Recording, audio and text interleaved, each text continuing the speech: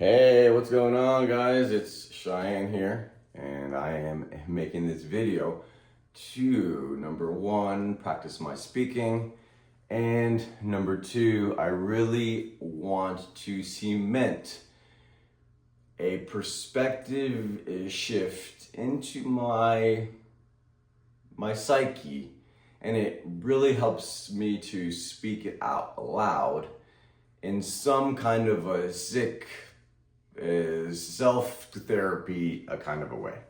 So let's jump right into it. I will tell you a little bit about myself, and that way you can see if I am even somebody you want to listen to, or if you should just scroll right past. So let's hop on the board really quick. I don't want to waste y'all's time. My name is Cheyenne. All right. I am from Florida, USA. I have a landscaping business. I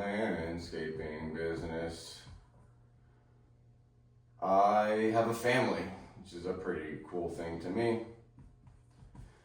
So my name is Cheyenne. I'm from Florida, USA.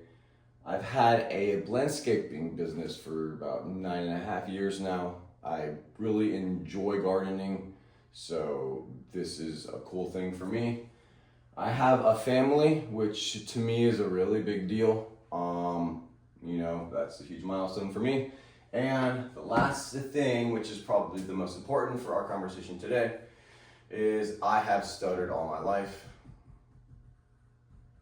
Stuttered, I'm just gonna put AML so we can get, it's not anti-money laundering, it's all my life. All right, so let's hop into the perspective shift that I have to walk myself into almost every morning. And it starts with a truth, because for me, when you're on the quest, as a stutterer, the first thing you do is you look far and wide for help, for the solution, for all the goodies. And you get to a point, hopefully, where you've kind of given up on everything out there. And I'm just speaking from personal experience.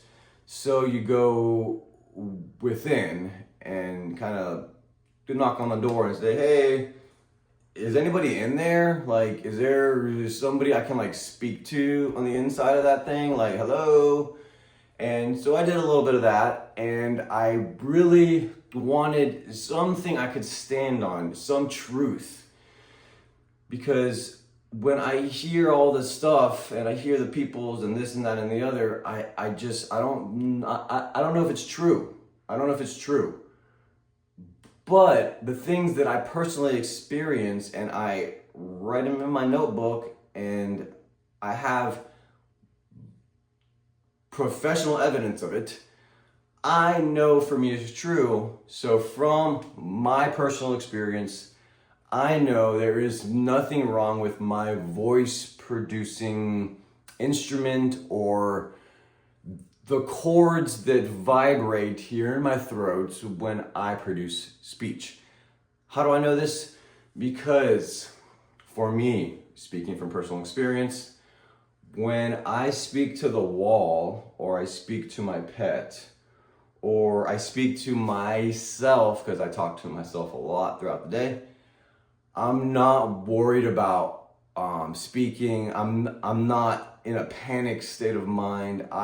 It actually comes to the point where I enjoy reading aloud. I enjoy talking to myself. I enjoy speaking to my pets. I love to sing. Okay, so if I love all that stuff, and when I'm speaking to the wall, speaking to my pet, I'm, for the most part, almost perfectly fluent, and I'm not trying to achieve the fluency, but I'm just studying how I feel when I'm speaking, and I'm very comfortable, and I'm studying how my speech is, and it's really, I like it. I love how I talk. I love to listen to myself. But then, something happens when that little computer, about this big, starts to make a noise. I can literally feel the rush of hormones squirting in my blood vein, and then it hits my brain. I can feel the entire process happening. So, my truth is, technically speaking, for me personally, there is nothing wrong with my voice producing system. Maybe there's a little bit of cloudiness in the communication line, possibly, I'm not really sure. But I know without a shadow of a doubt, because I had done the videos, I've spoken out loud to myself, I like to read aloud every morning, and I'm not stuttering. So my first truth is, there is nothing wrong with my voice box. Come on, my dude, let me get some colors. Truth. Nothing wrong with, I'm gonna write all this out because it's really important for me. My voice box. All right. So for me, this is like a little bit stressful for me because I feel like it starts to put the responsibility into my court.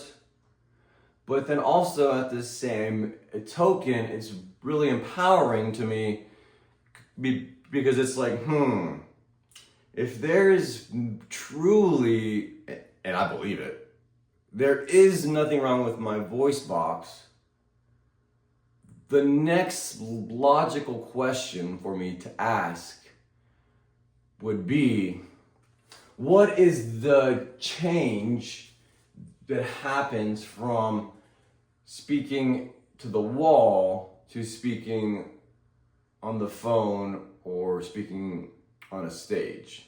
So therefore, and I'm going to do the little therefore thing so I can feel cool. Therefore, from little 3 dots from calculus class. Therefore, where was I going with that? So there's nothing wrong with my voice box. Therefore, what is the difference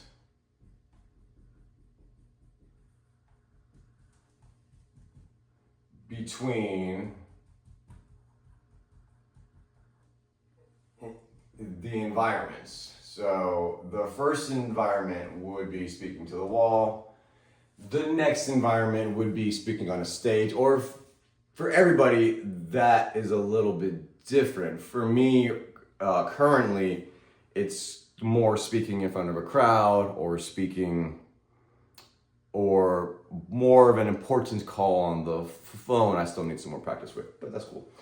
So, the first truth, because everyone wants to tell me what they think is true, but I am only going to believe what I experience to be true for myself, because technically that's all that is actually true for me.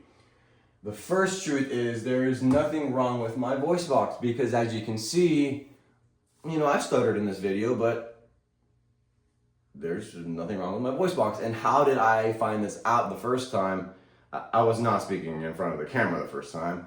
I was just alone in my bedroom thinking of all the times I spoke and it was not stressful, and studying them and looking for correlations about why it's not stressful here, and then looking for correlations why it's more stressful over here. So the next logical step is, what is the difference between these two environments, and how do I close the gap? How do I close the gap? So let me explain this a little bit easier for myself. How do I close the gap? So what is the gap?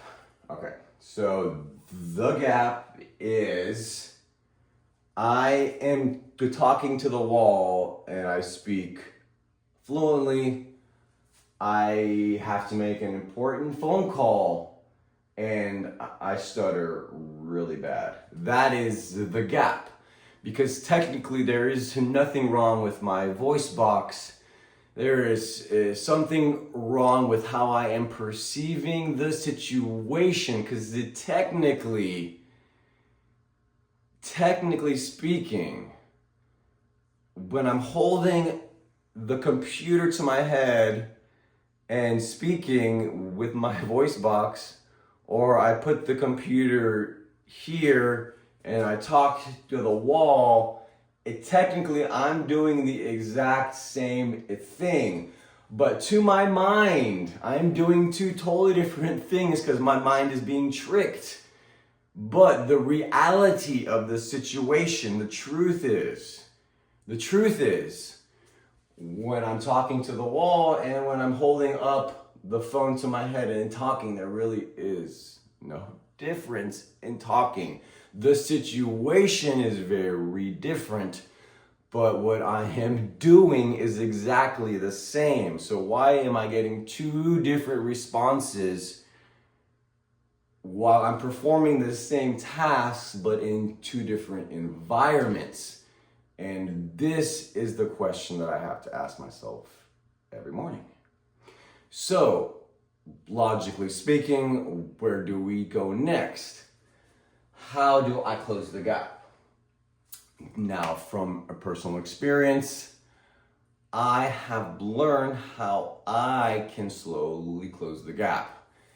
And it is through practice and exposure. Practice and exposure. Now I know, I am writing this to myself and it all seems so easy to do. You just write this on the chalkboard and, oh, look how easy all this is. This right here is the hardest part for me to do. The hardest part for me to do was, and still is, to practice. Why? Because I couldn't even watch a video of myself speaking for 2 years, okay? So how can I practice if I can't even stand the sight of me speaking? So I couldn't even practice. I was stuck for years because I was not accepting the reality of the situation. And then exposure. This is equivalent of me getting out of my comfort zone, which again is brutally hard to do. So for me, how do I close the gap? Practice and exposure. Now, the key here, and this is going to lead me into my next little talk, or whatever you want to call these thingies, because I thought I was practicing for years, but the next key for me is the proper practice. And I'll get into this in my next video, but the key here then is, how do I close the gap?